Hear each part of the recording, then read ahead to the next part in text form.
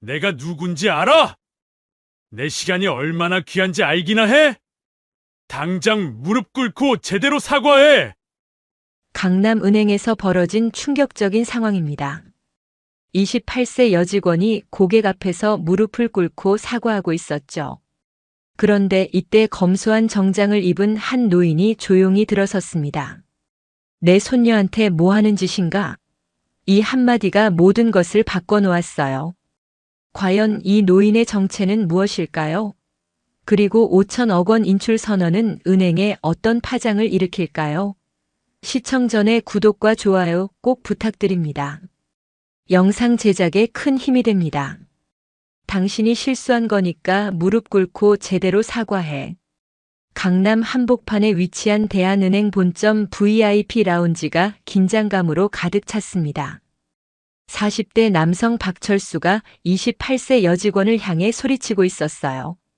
목소리는 라운지 전체에 울려 퍼졌죠. 하은은 떨리는 손으로 서류를 꽉 잡고 있었습니다. 얼굴이 창백하게 변해 있었어요. 고객님, 정말 죄송합니다. 제가 다시 한번 확인해 보겠습니다. 확인은 무슨 확인이야? 네가 실수해놓고 변명이야? 박철수는 더욱 목소리를 높였습니다. 주변에 있던 다른 고객들이 모두 이쪽을 바라보기 시작했어요. VIP 라운지의 고급스러운 분위기가 순식간에 어색해졌죠. 하은은 깊게 숨을 들이켰습니다. 이 은행에서 3년째 일하고 있었지만 이런 상황은 처음이었어요. 고객님의 말씀이 맞습니다. 제가 잘못 안내해드린 것 같아요. 맞습니다가 아니라 확실히 잘못한 거지. 박철수는 책상을 탁 치며 일어섰습니다. 얼굴이 붉게 달아올라 있었어요. 나는 태성건설 박성두 회장의 아들이야. 알겠어? 이런 식으로 일 처리를 하면 되겠어? 주변 직원들이 술렁이기 시작했습니다. 박철수의 아버지가 태성건설 회장이라는 말에 모두들 긴장했어요. VIP 라운지 담당 과장인 김영호가 급히 다가왔습니다.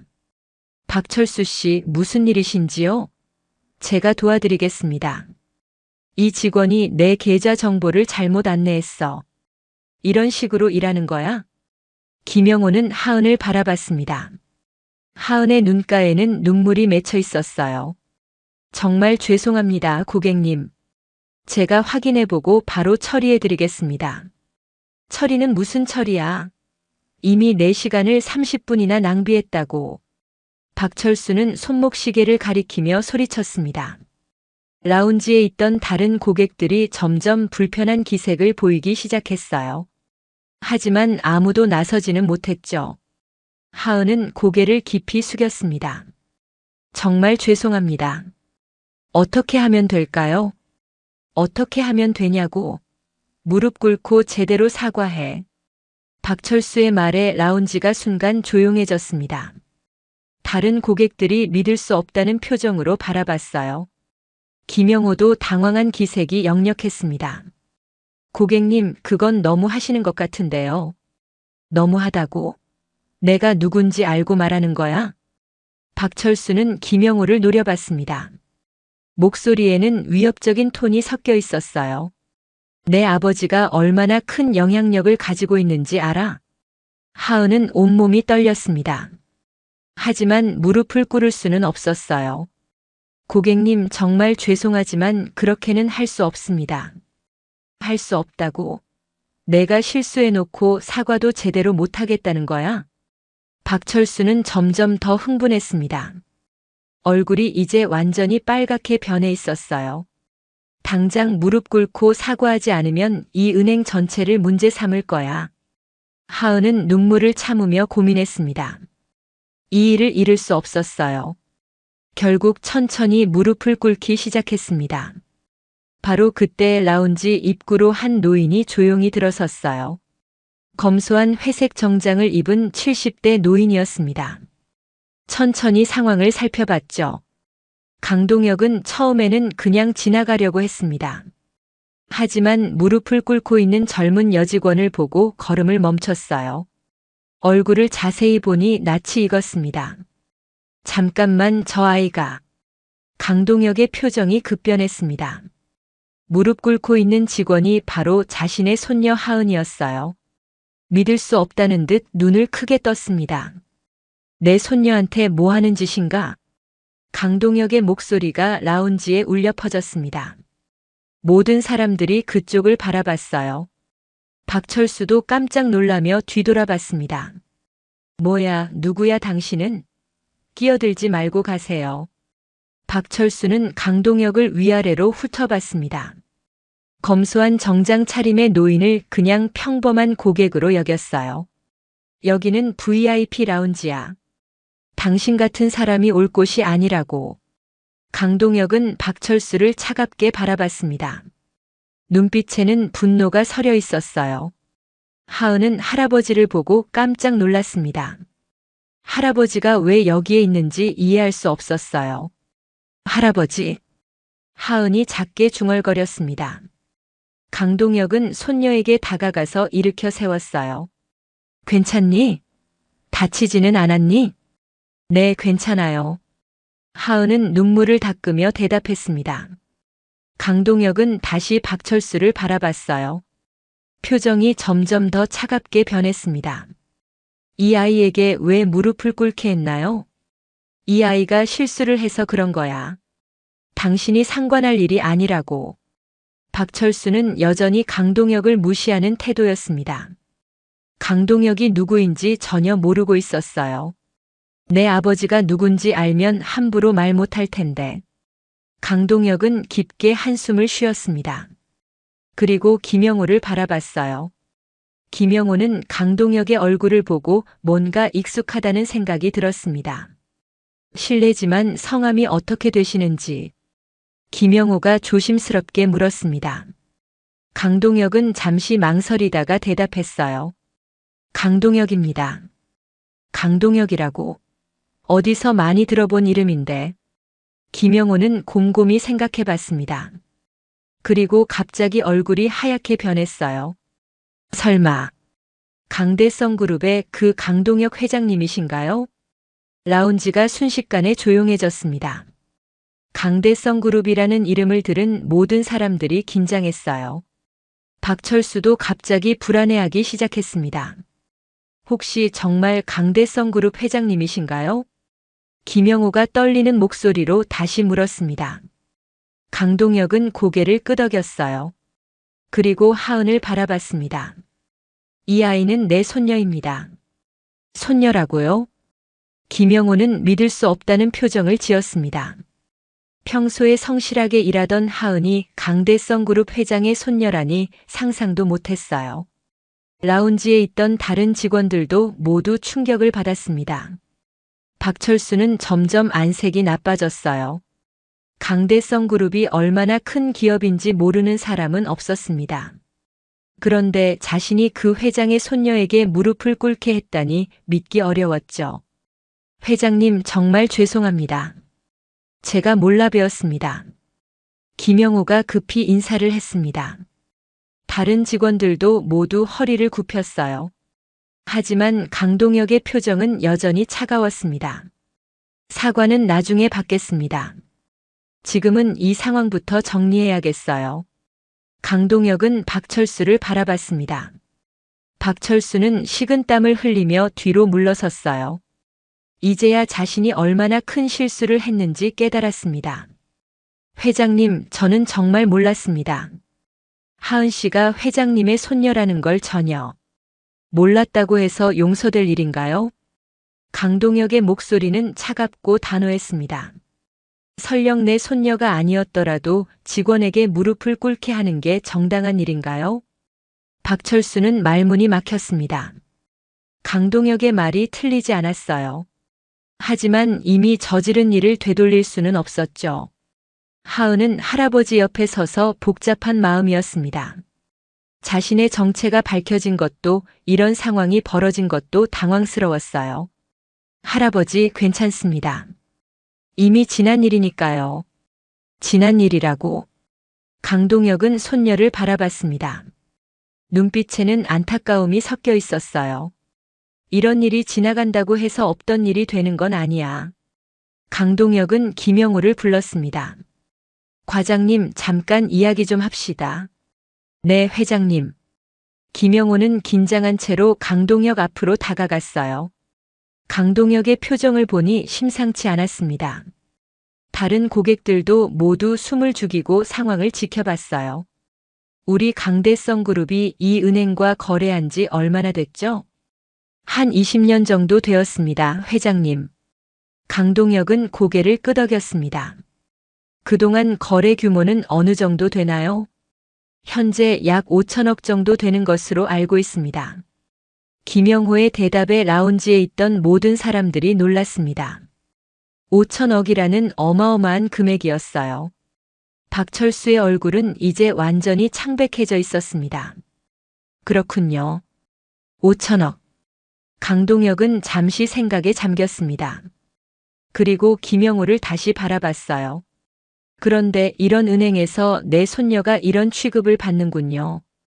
회장님, 정말 죄송합니다. 이런 일이 다시는 일어나지 않도록 하겠다고요? 강동혁이 김영호의 말을 끊었습니다. 어떻게 보장할 수 있나요? 오늘 이런 일이 일어났는데 내일 또 일어나지 않는다고 누가 확신할 수 있죠? 김영호는 대답하지 못했습니다. 강동혁의 말이 일리가 있었어요. 실제로 이런 일을 완전히 막을 수는 없었습니다. 그렇다면 다른 방법을 생각해 봐야겠네요. 강동혁은 휴대폰을 꺼냈습니다. 비서실장에게 전화를 걸었어요. 여보세요, 이상무입니다. 지금 당장 대한은행 본점으로 오세요. 회장님, 무슨 일이신지요? 전화기 너머로 비서실장의 긴장한 목소리가 들렸습니다. 강동혁은 차갑게 대답했어요. 우리 은행 거래를 정리해야겠습니다. 거래 정리요? 갑자기 왜요? 설명은 나중에 하겠습니다.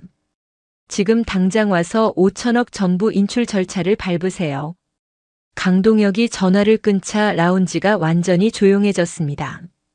5천억 전부 인출이라는 말에 모든 사람들이 충격을 받았어요. 김영호는 급히 강동혁에게 다가갔습니다. 회장님, 잠깐만요. 그렇게 하시면 안 됩니다. 왜 안 되나요? 내 돈을 내가 빼는데 뭐가 문제죠? 강동혁의 말에 김영호는 할 말을 잃었습니다. 법적으로는 아무 문제가 없었어요. 하지만 이렇게 큰 금액이 한 번에 빠지면 은행에 큰 타격이 될 수 있었습니다. 박철수는 이제 완전히 패닉 상태였습니다. 자신 때문에 이런 일이 벌어진 거라고 생각하니 어떻게 해야 할지 몰랐어요. 회장님, 제발 용서해 주세요. 제가 정말 잘못했습니다. 용서해 달라고요? 강동혁은 박철수를 차갑게 바라봤습니다. 조금 전까지 내 손녀에게 무릎을 꿇게 했던 분이 이제 와서 용서를 구하는군요. 정말 죄송합니다. 제가 어떻게 해서든 이 상황을 해결하겠습니다. 박철수는 땀을 뻘뻘 흘리며 말했습니다. 하지만 강동혁의 표정은 여전히 차가웠어요. 이미 늦었다는 듯한 표정이었습니다. 해결하겠다고요? 어떻게 해결할 건가요? 저는 박철수는 말을 잇지 못했습니다. 실제로 이 상황을 해결할 방법이 없었어요. 이미 강동혁의 마음은 굳어진 것 같았습니다. 하은은 할아버지를 바라봤습니다. 할아버지의 분노를 이해할 수 있었지만 이렇게 큰 일이 될 줄은 몰랐어요. 할아버지, 정말 괜찮습니다. 그냥 넘어가세요. 넘어가라고? 강동혁은 손녀를 안타깝게 바라봤습니다. 하은아, 내가 참는다고 해서 이런 일이 사라지는 게 아니야. 다른 사람들도 똑같은 일을 당할 수 있다고. 그때 라운지 입구로 급하게 들어오는 사람이 있었습니다. 대한은행 본점장 김태우였어요. 강동혁이 온다는 소식을 듣고 급히 달려온 거였습니다. 강동혁 회장님, 안녕하십니까? 김태우는 숨을 헐떡이며 인사를 했습니다. 강동혁은 김태우를 바라봤어요. 본점장님 오셨군요. 때맞춰 오셨네요. 무슨 일이신지 들었습니다. 정말 죄송합니다. 김태우는 상황을 대충 파악하고 있었습니다. 그래서 더욱 긴장했어요. 강대성 그룹과의 거래가 끊어지면 은행에 큰 손실이 될 수 있었거든요. 죄송하다고 하면 끝나는 일인가요? 강동혁의 목소리는 여전히 차가웠습니다. 내 손녀가 고객 앞에서 무릎을 꿇었는데 말이에요. 김태우는 하은을 바라봤습니다. 그리고 다시 강동혁을 봤어요. 정말로 하은이 강동혁의 손녀라는 사실이 믿기지 않았습니다. 정말 하은 씨가 회장님의 손녀이신가요? 그렇습니다. 그리고 오늘 이 일로 인해 우리 거래를 정리하려고 합니다. 김태우의 얼굴이 급히 하얗게 변했습니다. 5천억이 빠지면 은행 경영에 큰 문제가 생길 수 있었어요. 회장님, 다시 한번 생각해 주세요. 저희가 확실하게 재발 방지책을 마련하겠습니다. 재발 방지책이요? 강동혁은 냉소적으로 웃었습니다. 그런 말은 이미 들었어요. 과장님께서 방금 전에 똑같은 말을 하셨거든요. 회장님, 제발 기회를 한 번 더 주세요. 김태우는 거의 애원하는 목소리로 말했습니다. 5천억이라는 거대한 금액이 한순간에 빠져나가면 은행 전체가 흔들릴 수 있었어요. 주식 시장에도 악영향을 미칠 거였습니다. 기회를 더 달라고요? 강동혁은 김태우를 바라봤습니다. 눈빛에는 실망감이 가득했어요. 20년 동안 거래하면서 이런 대우를 받는데 무슨 기회가 더 필요하죠? 김태우는 말문이 막혔습니다. 강동혁의 말이 틀리지 않았어요. 실제로 은행 측에서 고객 관리를 제대로 하지 못한 거였습니다. 그때 라운지에 또 다른 사람이 들어왔어요. 강동혁의 비서실장 이상무였습니다. 회장의 전화를 받고 급히 달려온 거였습니다. 회장님, 오라고 하셔서 왔습니다. 이상무는 주변 상황을 둘러봤습니다. 긴장한 은행 직원들과 당황한 고객들을 보니 뭔가 큰일이 벌어진 것 같았어요. 무슨 일이 있으셨나요? 우리 은행 거래를 모두 정리하려고 합니다. 5천억 전부 인출 절차를 밟아주세요. 강동혁의 말에 이상무도 깜짝 놀랐습니다. 갑자기 모든 거래를 정리한다니 이해할 수 없었어요. 회장님, 갑자기 왜 그러시는지요? 설명은 나중에 하겠습니다. 지금은 빨리 처리해 주세요. 강동혁의 단호한 말에 이상무는 더 이상 묻지 못했습니다. 회장의 결정에는 반드시 이유가 있다는 것을 알고 있었어요. 알겠습니다. 바로 절차를 시작하겠습니다. 잠깐만요. 김태우가 급히 이상무를 막았습니다. 얼굴에는 절망감이 가득했어요. 이렇게 큰 금액을 한 번에 인출하시면 저희 은행에 큰 타격이 됩니다. 그건 은행 사정이지 제 알 바가 아닙니다. 강동혁은 냉정하게 대답했습니다. 내 손녀가 모욕당할 때는 신경 쓰지 않으시더니 지금은 은행 사정을 걱정하시는군요. 김태우는 할 말을 잃었습니다. 강동혁의 말이 정확했어요. 실제로 하은이 모욕당할 때는 아무도 적극적으로 나서지 않았거든요. 박철수는 점점 더 불안해졌습니다. 자신 때문에 이런 큰일이 벌어진 거라고 생각하니 어떻게 해야 할지 몰랐어요. 회장님, 제가 무엇이든 하겠습니다. 제발 용서해 주세요. 무엇이든 하겠다고요? 강동혁은 박철수를 차갑게 바라봤습니다. 조금 전에 내 손녀에게 무릎 꿇으라고 했을 때는 그런 말씀 안 하시더군요. 정말 죄송합니다. 제가 잘못 생각했습니다. 박철수는 거의 울먹이는 목소리로 말했습니다.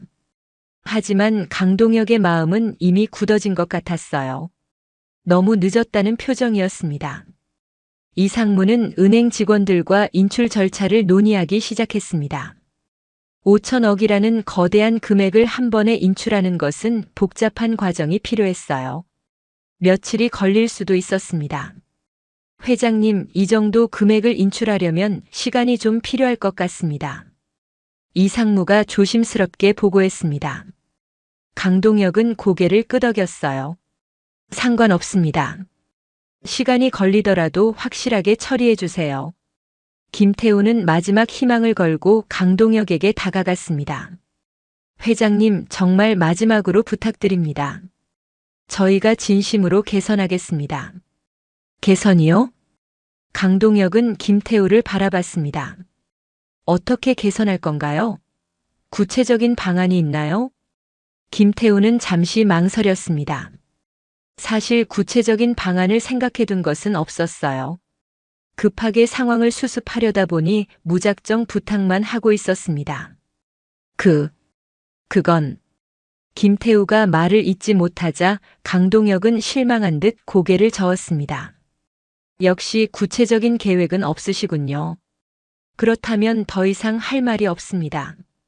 하은은 이 상황이 점점 심각해지는 것을 보며 걱정이 되었습니다. 자신 때문에 이렇게 큰 일이 벌어진 거라고 생각하니 마음이 무거웠어요.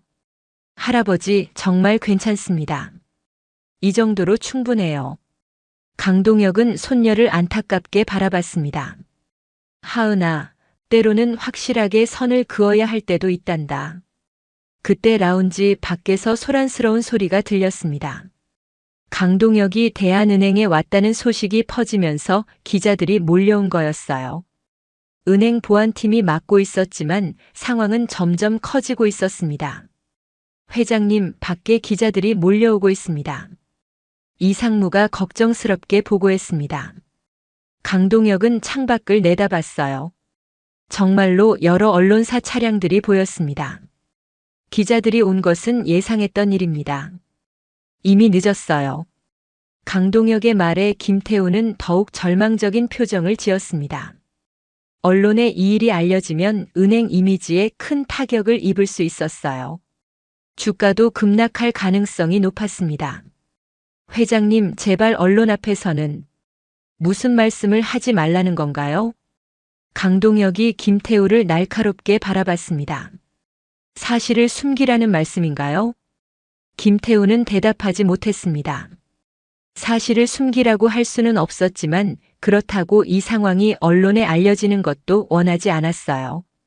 박철수는 이제 완전히 공황 상태였습니다. 언론에 자신의 이름이 나가면 아버지 회사에도 피해가 갈 수 있었어요. 회장님, 제발 저만큼은, 당신만큼은 뭐요? 강동혁이 차갑게 물었습니다. 당신만큼은 보호받고 싶다는 말인가요? 내 손녀는 보호받을 가치가 없고요. 박철수는 더 이상 할 말이 없었습니다. 강동혁의 말에 논리적으로 반박할 수 없었어요. 실제로 자신이 하은에게 한 행동은 변명의 여지가 없었거든요. 라운지 밖에서는 기자들의 목소리가 점점 커지고 있었습니다. 보안팀이 막고 있지만 언제까지 버틸 수 있을지 모르는 상황이었어요. 회장님, 다른 출구로 나가시는 게 어떨까요? 이상무가 제안했습니다. 하지만 강동혁은 고개를 저었어요. 숨어서 나갈 이유가 없습니다. 당당하게 나가죠. 강동혁의 결연한 태도에 은행 직원들은 더욱 긴장했습니다. 이제 정말로 돌이킬 수 없는 상황이 되어가고 있었어요. 강동혁 회장님, 잠깐만 말씀해 주세요. 라운지를 나서자마자 기자들이 몰려들었습니다. 카메라 플래시가 번쩍번쩍 터지며 질문이 쏟아졌어요. 강동혁은 침착하게 기자들을 바라봤습니다. 5천억 인출이 사실인가요? 한 기자가 큰 소리로 물었습니다. 강동혁은 잠시 멈춰 섰어요. 그리고 마이크를 향해 말하기 시작했습니다. 네, 사실입니다. 우리 강대성그룹은 대한은행과의 모든 거래를 정리할 예정입니다. 기자들이 술렁였습니다. 5천억이라는 거대한 금액이 움직인다는 것은 금융계의 큰 뉴스였어요. 갑자기 왜 그런 결정을 내리신 건가요? 이유가 있습니다. 강동혁은 잠시 하은을 바라봤습니다. 그리고 다시 기자들을 향해 말했어요. 우리 직원이 고객 앞에서 무릎을 꿇는 일이 벌어졌습니다. 직원이 무릎을 꿇었다고요? 기자들이 더욱 관심을 보였습니다. 이런 일은 흔히 일어나는 것이 아니었어요. 어떤 상황이었는지 자세히 말씀해 주시겠습니까? 한 고객이 우리 직원에게 잘못을 사과하라며 무릎을 꿇게 했습니다. 그리고 그 직원은 제 손녀입니다. 강동혁의 폭탄 발언에 현장이 시끌벅적해졌습니다. 재벌 회장의 손녀가 은행에서 일하다가 모욕을 당했다는 것은 엄청난 뉴스였어요. 손녀분이 은행에서 일하고 계셨나요? 네, 3년째 근무하고 있습니다. 평범한 직원으로 말이죠. 그럼 신분을 숨기고 일하신 건가요? 강동혁은 고개를 끄덕였습니다. 사회 경험을 쌓기 위해서였어요. 하지만 오늘 일로 더 이상 그럴 수 없게 되었습니다. 기자들은 계속 질문을 쏟아냈습니다. 이 사건은 단순한 은행 분쟁을 넘어서 사회적 이슈가 될 가능성이 높았어요. 갑질 문제, 직장 내 인권 문제 등 여러 쟁점들이 얽혀 있었거든요. 구체적으로 어떤 일이 있었나요? 한 기자가 자세한 내용을 물었습니다. 강동혁은 잠시 생각했어요.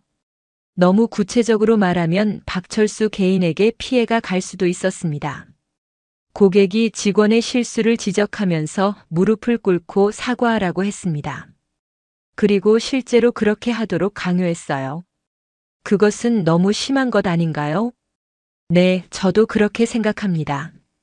그래서 이런 결정을 내린 것이고요. 기자회견이 끝나자 뉴스는 즉시 보도되기 시작했습니다. 각 방송사와 인터넷 매체들이 앞다퉈 이 소식을 전했어요. 강대성그룹, 대한은행과 결별, 재벌 손녀 무릎 꿇린 갑질 고객 등의 헤드라인이 쏟아졌습니다. 대한은행 본점에서는 긴급 회의가 소집되었습니다. 김태우를 비롯한 임원들이 모여 대책을 논의했어요. 5천억 인출에 따른 유동성 문제와 이미지 회복 방안을 찾아야 했습니다. 이런 일이 어떻게 일어날 수 있었습니까? 은행장이 화를 내며 말했습니다. VIP 고객을 이런 식으로 잃는다는 것은 상상할 수 없는 일이었어요. 김태우는 고개를 숙이며 상황을 설명했습니다. 저희도 예상치 못한 일이었습니다. 하은 씨가 강 회장님의 손녀인 줄 전혀 몰랐거든요. 그것이 문제가 아니지 않습니까? 은행장의 목소리가 더욱 커졌어요. 손녀든 아니든 직원이 고객 앞에서 무릎을 꿇게 하는 것 자체가 말이 안 되는 일이었거든요. 한편 인터넷에서는 이 사건에 대한 댓글들이 폭발적으로 늘어나고 있었습니다. 대부분 강동혁의 결정을 지지하는 의견들이었어요. 갑질 고객 제대로 혼내줬네. 이런 게 진짜 정의다 같은 댓글들이 달렸습니다. 하지만 일부에서는 다른 의견도 있었습니다. 너무 과한 것 아니냐, 은행 직원들만 피해보는 것 아니냐 하는 우려의 목소리도 나왔어요. 박철수는 집에서 뉴스를 보며 절망감에 빠져 있었습니다.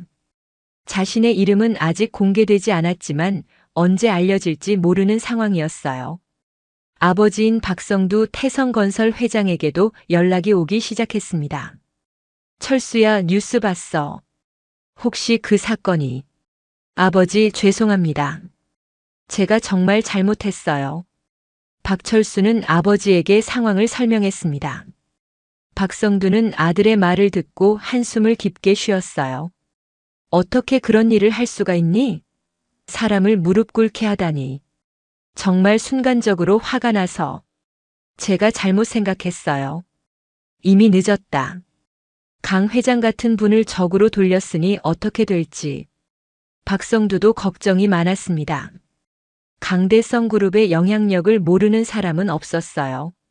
재계에서도 함부로 건드릴 수 있는 상대가 아니었습니다. 대한은행의 주가는 뉴스가 나간 직후부터 급락하기 시작했습니다. 투자자들이 불안해하며 주식을 팔아치우고 있었어요. 5천억이라는 거대한 자금이 빠져나간다는 것은 은행 경영에 큰 타격이었거든요. 은행 관계자들은 주가 방어를 위해 긴급 대책을 세워야 했습니다. 하지만 강동혁의 마음을 돌리지 못한다면 근본적인 해결이 어려운 상황이었어요. 하은은 집에서 뉴스를 보며 복잡한 마음이었습니다.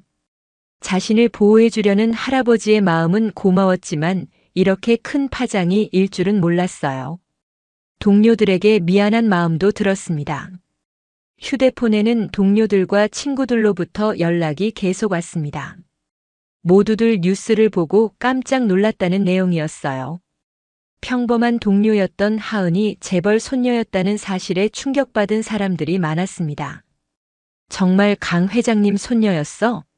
전혀 몰랐어. 미경이 전화를 걸어왔습니다. 하은은 조심스럽게 대답했어요. 미안해, 말하지 못해서. 할아버지께서 비밀로 하라고 하셔서. 아니야, 이해해. 하지만 정말 놀랐어. 그리고 오늘 일은 정말 화가 나더라. 미경뿐만 아니라 다른 동료들도 박철수의 행동에 분노하고 있었습니다. 평소에 성실하게 일하던 하은이 그런 모욕을 당했다는 것에 화가 났어요. 인터넷 커뮤니티에서는 이 사건을 둘러싼 토론이 뜨겁게 벌어지고 있었습니다. 갑질 문제에 대한 사회적 관심이 높아지면서 비슷한 사례들이 연쇄적으로 공개되기 시작했어요. 어떤 사람은 백화점에서 비슷한 경험을 했다고 했고, 또 다른 사람은 레스토랑에서 당했다고 했습니다.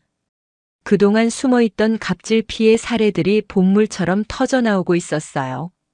이 사건은 단순한 개인적 갈등을 넘어서 사회 전체의 문제로 확산되고 있었습니다. 강동혁의 결단이 많은 사람들에게 용기를 주고 있었던 거죠. 다음 날 아침 이 사건은 전국적인 뉴스가 되어 있었습니다. 각 방송사의 아침 뉴스에서 톱으로 다뤄지고 있었어요. 갑질 문제에 대한 사회적 관심이 폭발적으로 증가했습니다. 정말 충격적인 사건이네요. 재벌 손녀가 은행에서 일하고 있었다는 것도 놀랍지만 무릎을 꿇게 했다는 건 도저히 용납할 수 없는 일이죠. 뉴스 앵커가 심각한 표정으로 말했습니다. 대부분 강동혁의 결정을 지지하는 분위기였습니다. 이런 갑질 행위는 우리 사회의 고질적인 문제입니다. 이번 기회에 확실히 근절되어야 해요. 실시간 검색어 1위에 올랐어요. 수많은 사람들이 자신의 경험담을 공유하기 시작했습니다. 저도 백화점에서 비슷한 일을 당했어요. 고객이라는 이유로 무례하게 대하는 사람들이 너무 많아요. 한 네티즌이 댓글을 달았습니다. 이런 증언들이 계속 쏟아져 나왔어요. 그동안 참고 있던 사람들이 용기를 얻어 목소리를 내기 시작한 거였습니다. 대한은행에서는 비상대책회의가 계속되고 있었습니다. 주가는 하루 사이에 15%나 급락했어요. 투자자들의 불안감이 커지고 있었습니다. 이대로 가면 경영에 심각한 타격을 입을 수밖에 없습니다. 재무담당 이사가 걱정스럽게 보고했습니다. 은행장은 머리를 감싸 쥐었어요. 20년 넘게 은행을 운영해왔지만 이런 위기는 처음이었습니다. 강 회장님을 다시 만나 뵙는 게 어떨까요? 진심으로 사과드리고 개선 방안을 제시해보죠. 한 임원이 제안했습니다. 하지만 다른 임원들은 회의적이었어요. 이미 강동혁의 마음이 완전히 돌아선 상황에서 쉽게 용서받을 수 있을지 의문이었습니다. 박철수는 태성건설 사무실에서 아버지와 마주 앉아 있었습니다. 박성두의 표정은 그 어느 때보다 심각했어요. 회사 이미지에도 타격이 올 것 같았습니다. 언론에서 우리 회사 이름까지 거론하기 시작했어. 이게 어떻게 된 일이냐? 박성두가 화를 내며 말했습니다. 신문 기사에는 중견건설회사 회장 아들의 갑질이라는 표현이 나와 있었어요. 회사명은 직접 언급되지 않았지만 업계에서는 이미 다 알고 있는 상황이었습니다. 아버지, 정말 죄송해요. 제가 어떻게든 수습해 보겠어요. 박철수는 고개를 푹 숙이고 있었습니다. 평생 아버지 뒤에서 떵떵거리며 살았는데 이제는 오히려 아버지에게 피해를 주고 있었어요. 자괴감이 몰려왔습니다. 수습이 될 것 같냐? 강대성 그룹이 어떤 곳인지 모르는 사람이 어디 있어? 박성두는 한숨을 깊게 쉬었습니다. 강대성 그룹과 태성건설의 규모 차이는 하늘과 땅만큼이나 컸어요. 정면으로 맞서봤자 이길 수 없는 상대였습니다. 강 회장님께 직접 사과드리는 게 어떨까요? 박철수가 조심스럽게 제안했습니다. 하지만 박성두는 고개를 저었어요. 과연 만나주실까? 이미 언론에까지 나간 상황에서 말이야. 한편 하은은 집에서 쉬고 있었습니다. 할아버지가 며칠간 휴식을 취하라고 했거든요. 하지만 마음은 편하지 않았어요. 동료들이 걱정될 뿐만 아니라 자신 때문에 이렇게 큰 일이 벌어진 것에 대한 부담감도 컸습니다. 미경이 문자를 보내왔습니다. 하은아, 괜찮아? 은행 분위기가 어수선해. 모두들 걱정하고 있어. 하은은 미안한 마음으로 답장을 보냈습니다. 미안해. 내일로 다들 힘들어하는 것 같아서 마음이 무거워. 뭔 소리야? 내 잘못이 아니잖아. 오히려 그 사람이 너무 심했어. 회장님이 제대로 해주신 거야. 미경의 답장을 보며 하은은 조금 위로가 되었습니다. 적어도 동료들은 자신을 이해해주고 있다는 것을 알 수 있었어요. 저녁 뉴스 시간이 되자 이 사건에 대한 후속 보도가 이어졌습니다. 갑질 문제를 다룬 심층 취재 프로그램까지 제작되었어요. 전문가들이 나와서 이 문제의 심각성에 대해 논의했습니다.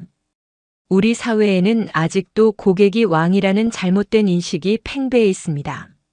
하지만 고객과 직원은 동등한 인격체로 존중받아야 해요. 한 사회학자가 지적했습니다. 시청자들의 반응도 뜨거웠어요. 게시판에는 응원 메시지들이 계속 올라왔습니다. 강 회장님 정말 멋있으세요. 이런 분이 진짜 리더십이에요. 당신 잘못이 아니에요. 이런 댓글들을 보며 하은은 많은 사람들이 자신을 응원해주고 있다는 것을 느꼈습니다. 처음에는 부담스러웠지만 점차 용기가 생기기 시작했어요. 사건 발생 3일째 대한은행에서는 드디어 공식 입장을 발표했습니다. 은행장이 직접 기자회견을 열었어요. 기자들이 가득 찬 회견장은 긴장감으로 가득했습니다. 먼저 이번 사건에 대해 깊이 사과드립니다. 은행장이 깊게 고개를 숙였습니다. 저희 은행의 부적절한 대응으로 인해 직원이 모욕을 당하는 일이 발생했어요. 이는 명백히 저희의 잘못입니다. 구체적으로 어떤 조치를 취하실 건가요? 한 기자가 질문했습니다. 은행장은 준비해온 발표문을 읽기 시작했어요. 먼저 담당 지점장을 즉시 해임하겠습니다. 그리고 관련 직원들에 대해서도 엄중한 징계를 내릴 예정이에요. 김태우 본점장은 이미 사표를 제출한 상태였습니다. 자신의 관리 소홀로 인해 이런 일이 발생했다며 책임을 지겠다고 했어요. 다른 직원들도 마찬가지였습니다. 강 회장님께는 어떻게 사과하실 건가요? 또 다른 기자가 물었습니다. 은행장의 표정이 어두워졌어요. 아직 면담 요청을 받아주지 않으시는 상황입니다. 하지만 계속 노력하겠어요. 실제로 강동혁은 은행 측의 면담 요청을 모두 거절하고 있었습니다. 말보다는 행동으로 보여달라는 입장이었어요. 진정한 변화가 있을 때까지는 만날 의향이 없다고 했습니다. 그날 오후 강대성 그룹에서는 또 다른 발표가 있었습니다. 이상무 비서실장이 기자들 앞에 섰어요. 회장님의 메시지를 전달하러 온 것이었습니다. 회장님께서는 이번 일이 단순히 개인적인 문제가 아니라고 보고 계십니다. 이상무가 차분하게 말했습니다. 우리 사회 전체의 갑질 문화를 바꿔야 한다는 강한 의지를 보이고 계세요. 그래서 더욱 엄중하게 대응하고 계시는 겁니다. 구체적으로 어떤 변화를 원하시는 건가요? 모든 사람이 인격적으로 존중받는 사회를 원하십니다. 돈이나 권력으로 다른 사람을 함부로 대하는 일이 없어져야 한다고 강조하셨어요. 기자들은 강동혁의 확고한 신념에 감탄했습니다. 단순한 화풀이가 아니라 사회 개선에 대한 진정한 의지였던 거죠. 박철수에 대한 여론도 점점 나빠지고 있었습니다. 온라인에서는 그의 신상 정보가 속속 공개되고 있었어요. 태성건설 회장의 아들이라는 사실도 알려졌습니다. 박철수는 외출도 제대로 할 수 없는 상황이 되었어요. 길에서 사람들의 시선이 따가웠습니다. 태성건설 사무실에도 항해 전화가 계속 걸려왔습니다. 직원들이 업무를 제대로 볼 수 없을 정도였어요. 박성두는 결국 아들에게 당분간 집에서 자숙하라고 지시했습니다. 이 상황을 어떻게 해결할 거냐? 회사까지 망칠 셈이냐? 박성두가 화를 내며 말했습니다.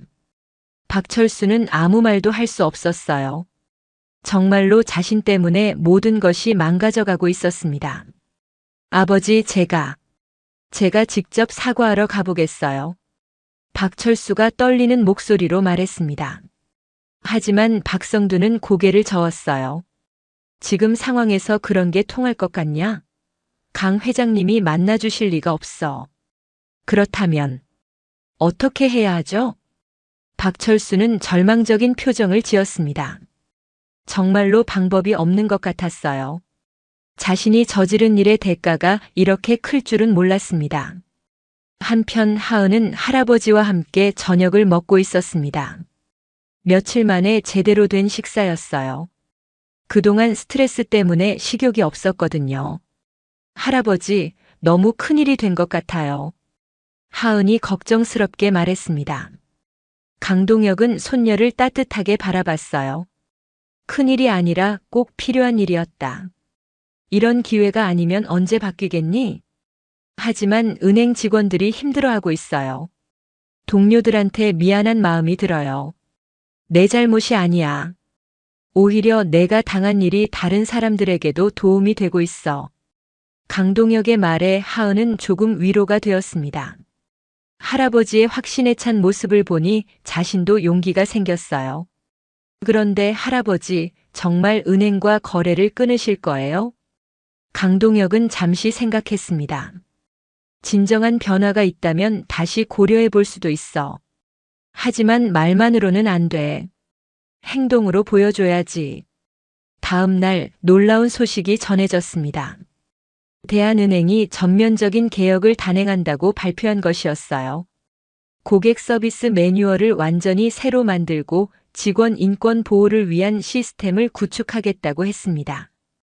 또한 갑질 방지를 위한 특별팀도 신설된다고 했어요. 이 팀은 고객과 직원 간의 분쟁을 전담해서 처리할 예정이었습니다. 그리고 놀랍게도 이 팀의 리더로 하은을 영입하겠다고 발표했습니다. 하은 씨를 갑질 방지 특별팀 리더로 영입한다고요? 기자가 확인차 다시 물었습니다. 은행장은 고개를 끄덕였어요. 그렇습니다. 직접 경험한 분이기 때문에 가장 적합한 인재라고 판단했어요. 이 소식은 큰 화제가 되었습니다. 피해자가 이제는 가해 방지의 선봉에 서게 된 것이었어요. 상징적인 의미가 매우 컸습니다. 하은은 이 제안을 받고 고민에 빠졌습니다. 평범한 은행원에서 갑자기 특별팀 리더가 된다는 것이 부담스러웠어요. 과연 자신이 할 수 있을지 확신이 서지 않았습니다. 어떻게 생각해, 하은아? 강동혁이 손녀에게 물었습니다. 하은은 잠시 망설였어요. 사실 계속 은행에서 일하고 싶었지만 이런 큰 책임을 맡을 자신이 없었거든요. 제가 할 수 있을까요? 경험도 부족하고 나이도 어린데. 나이는 중요하지 않아. 중요한 건 진심이야. 내가 겪은 일을 다른 사람들이 겪지 않게 하고 싶은 마음 말이야. 강동혁의 격려에 하은은 용기를 얻었습니다. 맞아요. 저 같은 일을 당하는 사람이 없었으면 좋겠어요. 해보겠어요. 며칠 후 하은은 새로운 직책으로 은행에 출근했습니다. 동료들이 모두 박수로 맞아주었어요. 미경을 비롯한 친한 동료들은 특히 기뻐했습니다. 하은아, 정말 자랑스러워. 우리 대표로 열심히 해줘. 미경이 하은의 어깨를 두드리며 말했습니다. 다른 직원들도 하은을 응원해 주었어요. 그동안 비슷한 어려움을 겪었던 사람들이 많았거든요. 첫 업무는 전국 지점 현황 파악이었습니다. 하은은 팀원들과 함께 각 지점을 돌아다니며 직원들의 애로사항을 들었어요. 생각보다 문제가 심각했습니다. 정말 다양한 갑질 사례들이 있었어요. 어떤 고객은 직원에게 커피를 가져오라고 했고 또 다른 고객은 개인적인 심부름까지 시켰다고 했어요. 이런 일들이 일상적으로 벌어지고 있었다니. 정말 충격적이네요. 하은이 팀원들에게 말했습니다. 이제야 이 문제의 심각성을 제대로 알게 되었어요. 자신이 겪은 일이 빙산의 일각에 불과했던 거였습니다. 개선 방안을 마련하기 위해 전문가들과 회의를 했습니다. 가장 중요한 건 직원들이 당당하게 거부할 수 있는 권한을 주는 것입니다. 한 전문가가 제안했습니다. 고객이라고 해서 모든 요구를 들어줘야 한다는 인식을 바꿔야 해요. 합리적인 선을 그어야 합니다. 하은은 이 의견에 크게 공감했습니다. 자신도 그날 더 당당하게 거부했어야 했다고 생각했거든요. 물론 쉽지 않은 일이었지만 시스템적으로 뒷받침해준다면 가능할 것 같았어요. 한 달 후 새로운 가이드라인이 발표되었습니다. 상호 존중 서비스 원칙이라는 이름이었어요. 고객과 직원이 서로 존중하는 관계여야 한다는 내용이 핵심이었습니다. 앞으로는 고객의 부당한 요구에 대해 정중하지만 단호하게 거부할 수 있습니다. 하은이 직원 교육에서 설명했습니다. 그리고 이런 상황이 발생하면 즉시 상급자나 특별팀에 신고하면 돼요. 여러분을 보호해드리겠습니다. 직원들의 반응은 폭발적이었습니다. 그동안 참고 견뎌왔던 것들을 이제는 당당하게 대응할 수 있게 된 거였어요. 자신감이 생기기 시작했습니다. 다른 은행들도 이런 움직임에 동참하기 시작했습니다. 대한은행의 사례가 화제가 되면서 금융업계 전체의 변화의 바람이 불고 있었어요. 우리 은행도 비슷한 시스템을 도입해야 할 것 같습니다. 경쟁은행의 임원이 말했습니다. 고객들의 인식도 변하고 있어요. 무작정 갑질하면 오히려 본인이 손해를 본다는 걸 알게 됐거든요. 실제로 갑질 고객들에 대한 사회적 시선이 매우 차가워졌습니다. 박철수도 이런 변화를 지켜보고 있었습니다. 집에서 나오지 못한 채 뉴스만 보는 나날이 계속되고 있었어요. 자신이 저지른 일의 파급 효과가 이렇게 클 줄은 몰랐습니다. 아들아, 이제 좀 정신 차렸니? 박성두가 아들에게 물었습니다. 박철수는 고개를 끄덕였어요. 네, 아버지. 제가 정말 잘못했어요. 이제야 깨달았어요. 그동안 권력을 잘못 사용했다는 것을 뼈저리게 느꼈습니다. 다른 사람의 인격을 무시했던 것에 대해 깊이 반성하고 있었어요. 그럼 이제 어떻게 할 거냐? 박철수는 잠시 생각했습니다. 그리고 결심한 듯 말했어요. 제가 직접 사과드리고 싶어요. 그리고 봉사활동 같은 것도 해보고 싶고요. 박성두는 아들의 진심을 느낄 수 있었습니다. 정말로 변하려고 하는 것 같았어요. 그래, 그렇게 해라. 행동으로 보여줘야지. 6개월이 흘렀습니다. 대한은행은 완전히 새로운 모습으로 변해 있었어요. 하은이 이끄는 갑질 방지팀의 노력으로 직장 분위기가 크게 개선되었습니다. 오늘 신고 건수는 어떻게 됐어요? 하은이 팀원에게 물었습니다. 예전에 비해 90%나 줄었어요. 이제는 고객들도 많이 조심하시는 것 같아요. 정말 놀라운 변화였습니다. 처음에는 반신반의했던 사람들도 이제는 이 시스템을 적극 지지하고 있었어요. 직원들의 만족도도 크게 향상되었습니다. 무엇보다 고객들의 반응이 좋았습니다. 서로 존중하는 분위기에서 오히려 서비스 품질이 향상되었거든요. 직원들이 자신감을 갖고 일하니까 더 친절하고 전문적인 서비스를 제공할 수 있게 된 거였어요. 하은 씨 덕분에 우리 은행이 완전히 달라졌네요. 한 고객이 하은에게 말했습니다. 처음에는 걱정했는데 오히려 더 좋아진 것 같아요. 직원분들이 더 밝아 보여요. 이런 반응을 들을 때마다 하은은 뿌듯함을 느꼈습니다. 자신이 겪었던 힘든 경험이 이렇게 좋은 결과로 이어질 줄은 몰랐어요. 다른 업종에서도 이런 시스템 도입에 관심을 보이기 시작했습니다.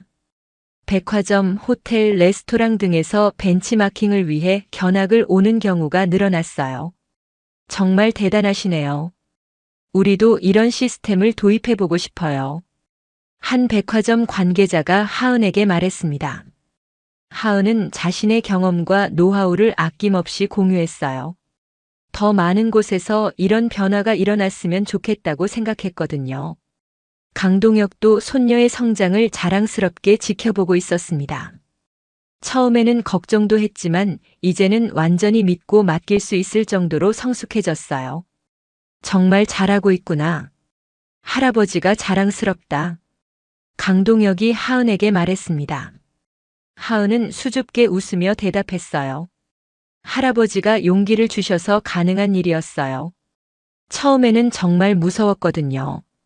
그런데 할아버지, 은행과의 거래는 어떻게 하실 거예요? 강동혁은 잠시 생각했습니다. 실제로 대한은행의 변화는 눈에 띄게 개선되었어요. 진정성 있는 노력을 보여주고 있었습니다. 다시 시작해볼까 한다. 정말 변했다는 걸 확인했거든. 이 소식이 알려지자 대한은행 주가가 크게 올랐습니다. 강대성 그룹과의 거래 재개는 은행에게는 큰 호재였어요. 하지만 더 중요한 것은 신뢰 회복이었습니다. 한편 박철수는 조용히 사회봉사 활동을 하고 있었습니다. 요양원에서 어르신들을 돌보는 일을 시작한 거였어요. 처음에는 어색했지만 점차 보람을 느끼기 시작했습니다. 철수 씨, 오늘도 고생 많으셨어요. 요양원 직원이 박철수에게 말했습니다. 박철수는 겸손하게 대답했어요. 아니에요. 제가 더 배우는 게 많아요. 정말 의미 있는 시간이에요. 6개월 전에 박철수와는 완전히 다른 모습이었습니다. 다른 사람을 섬기는 일에서 진정한 기쁨을 발견한 거였어요. 권력으로 누르는 것보다 훨씬 값진 일이라는 걸 깨달았습니다. 어느 날 박철수는 용기를 내어 하은에게 편지를 썼습니다. 6개월 동안 써왔던 사과의 마음을 담았어요. 직접 만나서 사과하고 싶지만 아직은 그럴 용기가 없어서 편지로 대신한다고 했습니다. 하은은 그 편지를 읽고 복잡한 마음이었습니다. 분명히 화가 났던 일이지만 이렇게 진심으로 반성하는 모습을 보니 용서하고 싶은 마음도 들었어요. 할아버지께 이야기해보니 강동혁도 관대한 반응을 보였습니다. 사람은 누구나 실수할 수 있어. 중요한 건 그 실수를 통해 배우는 거야. 결국 하은은 박철수와 만나기로 했습니다. 만남 장소는 처음 사건이 일어났던 VIP 라운지였어요. 상징적인 의미가 있는 곳이었습니다. 정말 죄송합니다. 박철수는 하은을 보자마자 깊게 고개를 숙였습니다. 6개월 동안 정말 많이 반성했어요. 제가 얼마나 잘못된 사람이었는지 깨달았습니다. 괜찮아요. 저도 많은 걸 배웠어요. 하은의 너그러운 마음에 박철수는 감동했습니다. 자신이 그렇게 모욕했던 사람이 이토록 관대할 수 있다니 놀라웠어요. 앞으로는 다른 사람을 존중하며 살겠어요. 그리고 제가 할 수 있는 일이 있다면 뭐든 하고 싶어요. 박철수의 진심이 전해졌습니다. 하은은 그의 변화된 모습을 보며 사람은 정말 변할 수 있다는 것을 느꼈어요. 어느 봄날 하은은 할아버지와 함께 공원을 산책하고 있었습니다. 벚꽃이 만개한 아름다운 날이었어요. 할아버지, 정말 많은 일이 있었네요.